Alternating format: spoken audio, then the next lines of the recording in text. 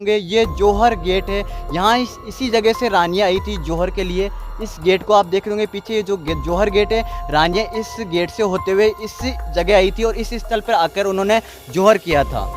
शान आन बान सुईमान के खातिर वो ज्वाला में लीन हुई, खिलजी जो भारत मालिक था स्थिति उसकी दीन हुई, सुंदरता उस देख की आखिर ज्वाला में जल मलिन हुई, ज्वाला से मिल गई ज्वाला वो ऐसी पद्मनी रानी पद्मती ने इसी जगह और इसी स्थान पर जौहर किया था, जो आन बान शान के लिए अपनी आबरू बचाने के लिए यहाँ पे इस स्थली पर जौहर किया। मैं उनको सत सत नमन करता हूँ। तो मैं अभी जूते खोल देता हूँ, अभी इस वक्त जूते चप्पल खोल देता हूँ। और जो भी यहाँ पर आए तो जौहर स्थली पर जो भी दर्शन करने के लिए आए तो आप जूते चप्पल उतारे यहाँ पे। और आप जब पीछे की तरफ देखेंगे तो वहाँ देखने को मिलेगा आपको सती गेट। तो रानियाँ इसी गेट से होते हुए जाती है और पीछे लिखा हुआ देखिए, यहाँ लिखा हुआ उत्तरी जौहर द्वार, मतलब यहाँ से रानियां जब गाइस ये जौहर गेट है और रानी पद्मावती इसी गेट से आती है जौहर के लिए। तो हेलो फ्रेंड्स, कैसे हैं आप सब? आई होप आप सब ठीक होंगे। दोस्तों मैं आज आ गया हूँ जौहर स्थली में। आप जो मेरे पीछे देख पा रहे होंगे, यहाँ रानी पद्मिनी ने जौहर किया था। जो राजा रतन सिंह की पत्नी थी रानी पद्मिनी, उनके नेतृत्व में यहाँ पे 16,000 रानियों ने यहाँ पे जौहर किया था।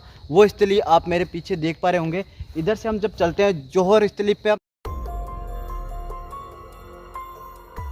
तो गाइज रानी पद्मावती ने इसी जगह और इसी स्थान पर जौहर किया था, जो 16,000 रानियों के साथ में यहाँ पे जौहर किया था, जो कि राजा रतन सिंह की पत्नी थी रानी पद्मावती, जो सन 1303 ईस्वी के अंदर यहाँ पे जो कि 16,000 रानियों के साथ में अग्नि के अंदर अपने प्राणों की आहुति दे दी। मैं नमन करता हूँ उन वीर रानियों को जिन्होंने यहाँ पे जौहर किया अपने आन बान शान के लिए, अपनी आबरू बचाने के लिए यहाँ पे इस स्थली पर जौहर किया। मैं उनको सत सत नमन करता हूँ। गाइज आप ये जो स्थली आपको मैं घुमा के दिखा देता हूँ, इसी जगह 16,000 रानियों ने यहाँ पे अपने प्राणियों की आहुति दी थी। यहाँ आप देख सकते हैं एक यहाँ पे कुंड बनाया गया है, जो कि मार्च के महीने पे यहाँ पे जौहर मेला लगता है, तब यहाँ पे पूजा अर्चना की जाती है। जो कि आप ये छोटा सा कुंड बनाया गया है, जो देख सकते हैं आप, यहाँ पे पूजा की जाती है।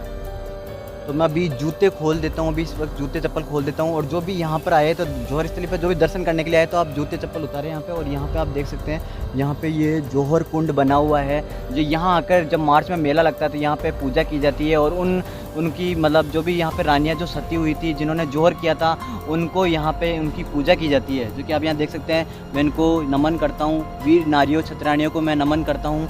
तो यहाँ पे आप देख सकते हैं ये जो स्थल है वो जौहर स्थल है। और यहाँ पे जो बोर्ड लगा हुआ है वो जौहर स्थल का यहाँ पे बोर्ड लगा हुआ है, जो कि आप देख सकते हैं। तो ये जो मैं घुमा के दिखा रहा हूँ आपको दोस्तों, यहाँ पे आपको बता दूँ, मतलब यहाँ पे एक गहरा खड्डा था। जो आप ये पूरी जगह देख रहे हैं, यहाँ गहरा एक खड्डा था। जब यहाँ पे खुदाई की गई थी, तब खुदाई के दौरान में यहाँ पे राख, हड्डियाँ वगैरह और जेवरात, सोने चांदी के जेवरात वगैरह यहाँ पे खुदाई पे मिले थे। उसके बाद में यहाँ पे ये इस गड्ढे को भर दिया गया था, ताकि कोई भी यहाँ पे आए तो कोई बच्चा उच्चा यहाँ पे कोई गिरे नहीं। तो यहाँ पे इस गड्ढे को पूरा भर दिया गया था। लेकिन यही असली जौहर स्थल है, जहाँ पे रानी पद्मावती ने यहाँ पे जौहर किया गया था। आप मेरे पीछे जो यहाँ देख रहे होंगे, ये जौहर गेट है। यहाँ इसी जगह से रानियाँ आई थी जौहर के लिए। इस गेट को आप देख रहे होंगे पीछे, ये जो जौहर गेट है, रानियाँ इस गेट से होते हुए इस जगह आई थी और इस स्थल पर आकर उन्होंने जौहर किया था। और गाइज आप जब पीछे की तरफ देखेंगे तो वहाँ देखने को मिलेगा आपको सती गेट। तो वहाँ पे जो भी यहाँ पे पहले सती होती थी, रानियाँ यहाँ पे जौहर करती थी, तब वो सती गेट उसका नाम रखा गया। और उधर जब हम यहाँ पे आते हैं तो यहाँ देखते हैं यहाँ शिव जी का मंदिर है। तो ये एक तरह से शमशान है, यहाँ पे रानियाँ कई सती हुई थी। और इधर देखते हैं हम तो यहाँ पे जो जौहर गेट है वो देखने को मिलता है, जो कि अभी यहाँ पे आपको देखने को मिलेगा जौहर गेट। तो यहाँ से रानियाँ आती थी, इस गेट से रानियाँ होते हुए इस जौहर स्थान पर आके यहाँ पे रानियों ने जौहर किया था। जो कि एक जौहर हुआ था वो 1303 ईस्वी के अंदर हुआ था, जब अलाउद्दीन खिलजी ने यहाँ पे चित्तौड़ पर आक्रमण किया था। तब रानी पद्मावती ने यहाँ पे अपनी आबरू बचाने के लिए और चित्तौड़गढ़ की आन बान शान को बचाने के लिए यहाँ पे जौहर किया था। उसके पश्चात 232 साल बाद में बहादुर शाह ने अपने पूर्वजों का बदला लेने के लिए यहाँ पे फिर से आक्रमण किया था। तब दूसरा यहाँ पे जौहर हुआ था। और तीसरा जौहर हुआ था अकबर के समय में, जब अकबर ने यहाँ पे आक्रमण किया था, जब जयमल जी ने यहाँ पे वो अपने बलिदान दिया था, तब वहाँ यहाँ पे युद्ध लड़े थे। तो ये स्थली आप देख पा रहे होंगे, इस स्थली में 3 बार जौहर हो चुका है, जो कि फर्स्ट तो 1303 में अलाउद्दीन खिलजी के समय हुआ था। और 232 साल बाद में यहाँ पे बहादुर शाह ने, जो गुजरात के शासक थे, उन्होंने यहाँ पे आक्रमण किया था चित्तौड़ पे, जब यहाँ पे एक जौहर हुआ था। और तीसरा अकबर के समय यहाँ पे जौहर हुआ था, जो इसी स्थली पर इसी जगह पर हुआ था, जो कि आपको यहाँ पे देखने को मिलता है। तो आप ये स्थली देख सकते हैं। जौहर की गाथाओं से भरे पृष्ठ भारतीय इतिहास की अमूल्य धरोहर है। ऐसे अवसर एक नहीं कई बार आए जब हिंदू वीरांगनाओं ने अपनी पवित्रता की रक्षा के लिए जय हर कहते हुए हजारों की संख्या में सामूहिक अग्नि प्रवेश किया था। यही उद्देश्य आगे चलकर जौहर बन गया। इनमें जौहर की गाथाओं में सर्वाधिक चर्चित प्रसंग चित्तौड़ की रानी पद्मिनी का है, जिन्होंने 26 अगस्त 1303 ईस्वी को 16,000 रानियों छत्रानियों के साथ में जौहर किया था। पद्मिनी का मूल नाम पद्मावती था। वह सिंघल द्वीप के राजा रतन सेन की पुत्री थी। एक बार चित्तौड़ के चित्रकार चेतन राघव ने सिंघल द्वीप जाकर राजा रतन सिंह को रानी पद्मिनी का एक सुंदर चित्र बनाकर दिया। इससे प्रेरित होकर राजा रतन सिंह ने सिंघल द्वीप गए और स्वयंवर में अपनी विजयी होकर रानी पद्मिनी को पत्नी बनाकर ले आए। इस प्रकार पद्मिनी चित्तौड़ की रानी बनी। पद्मिनी की सुंदरता की ख्याति अलाउद्दीन ने सुनी। वे किसी तरह रानी पद्मावती को पाना चाहता था। इसके लिए उसने चित्तौड़ पर धमकी भरे संदेश भी भेजे, पर राजा राव रतन सिंह ने उसे ठुकरा दिया। अब वह धोखे पर उतर आया। उसने रतन सिंह को कहा कि वह बस पद्मिनी को केवल एक बार देखना चाहता है। रतन सिंह ने खून खराबा टालने के लिए बात मान तो ली और एक दर्पण में रानी पद्मिनी का चेहरा अलाउद्दीन को दिखाया। बताया जाता है कि रानी पद्मिनी ने अपना चेहरा कभी दिखाया है नहीं, बल्कि हम सकल की प्रतिबिंब की सूरत दिखाई गई थी।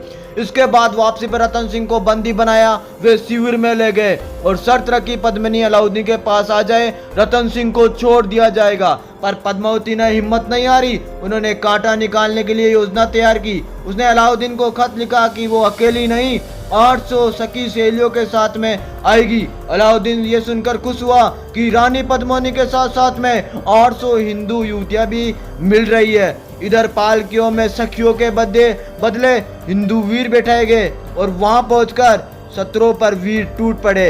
इसके बाद कुछ दिन बाद अलाउद्दीन ने चित्तौड़गढ़ पर आक्रमण कर देता, महल को चारों तरफ से घेर लेता है और राशन आने वाले रास्तों को भी उसने रोक दिया। 6 महीने तक वहीं डटा रहा, वहीं डेरे डाले रहा और बाद में जब महलों में राशन खत्म होने लगा तब रतन सिंह ने आदेश दिया कि सभी दरवाजे जो गेट है वो खोल दिए जाए। इस तरह वे रतन सिंह बाहर गए और लड़ते हुए अलाउद्दीन खिलजी से लड़ते हुए रतन सिंह वीरगति को प्राप्त हुए। इस तरफ रानी पद्मिनी को खबर मिलती है कि राजा वीरगति को प्राप्त हो गए और अलाउद्दीन खिलजी सेना के साथ में महल की तरफ बढ़ रहा है। तब पद्मिनी ने जौहर का निर्णय किया। रानी व उसके किले में उपस्थित सभी नारियों को संपूर्ण श्रृंगार किया। हजारों बड़ी चिताएं सजाई गई। हर जय हर के उद्घोष करते हुए रानी पद्मावती के बाद सभी वीरांगनाओं ने अग्नि प्रवेश कर गई। जब युद्ध में विजय होकर अलाउद्दीन पद्मिनी को पाने के लिए किले में घुसा तो वहां जलती हुई चिताएं देखी और उसका मुख चिढ़ा रही थी। चारों तरफ धधकती आग और वीरांगनाओं ने अपनी आत्मरक्षा के लिए अपने प्राण न्योछावर कर दिए। मैं नमन करता हूं ऐसे न्योछावर राजपूत वीरांगनाओं का, छत्रानियों का, जिन्होंने अपने आन बान शान के लिए अपने प्राणों को अग्नि के साथ में समर्पित कर दिया। ये वही गेट है जहां से रानी पद्मिनी 16,000 रानियों के साथ में आई थी। यहाँ पे शिलालेख लिखा हुआ है संस्कृत में, जो कि आप यहाँ पे पढ़ सकते हैं। तो ये वही गेट है जहां से रानियां जौहर के लिए आती थी।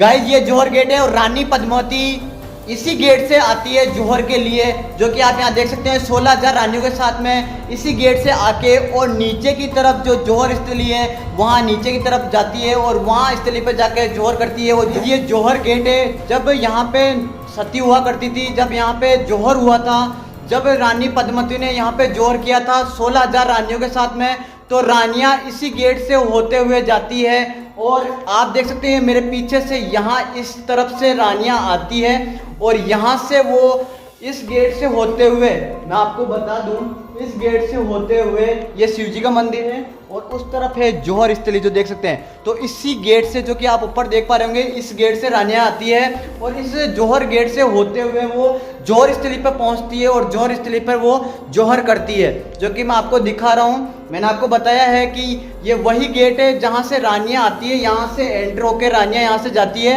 और नीचे की तरफ जो जौहर स्थली है वहाँ पर पहुँचकर उसमें स्थली पर जाकर वो जौहर करती है। तो इसका जौहर गेट नाम रखा गया है क्योंकि ये यहाँ से रानियाँ आती थी और रानियाँ यहाँ से ही जौहर के लिए जाती थी। यहाँ पीछे लिखा हुआ देखिए, यहाँ लिखा हुआ उत्तरी जौहर द्वार, मतलब यहाँ से रानियाँ जब आती थी जौहर के लिए तो जब रानी पद्मावती आई थी 16,000 रानियों के साथ में, तो यहाँ से आई थी और इस द्वार से, जो कि आप मेरे पीछे देख पा रहे होंगे, इस द्वार से होते हुए वो इस द्वार से होते हुए नीचे की तरफ गई थी और नीचे की तरफ जौहर स्थली है, वहाँ जाकर उन्होंने जौहर किया था।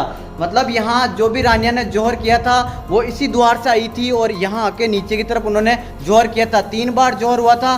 तो जो भी यहाँ पे रानियाँ आई थी जौहर के लिए, इसी गेट से होते हुए वो अपने जो स्थली है वहाँ तक पहुँची थी और उन्होंने वहाँ जौहर किया था। तो गाइज आज के लिए बस इतना ही। वीडियो कैसी लगी? अगर आपको वीडियो अच्छी लगी तो वीडियो को लाइक कीजिए, कमेंट कीजिए और शेयर कीजिए। और जो भी चैनल पर नए हो चैनल को जरूर सब्सक्राइब कीजिए। फिर से मिलता हूं मैं एक नई वीडियो के साथ में, एक नई जगह के साथ में। इजाजत दीजिए मुझे। जय हिंद, जय भारत माता, जय मेवाड़, जय राजपूताना।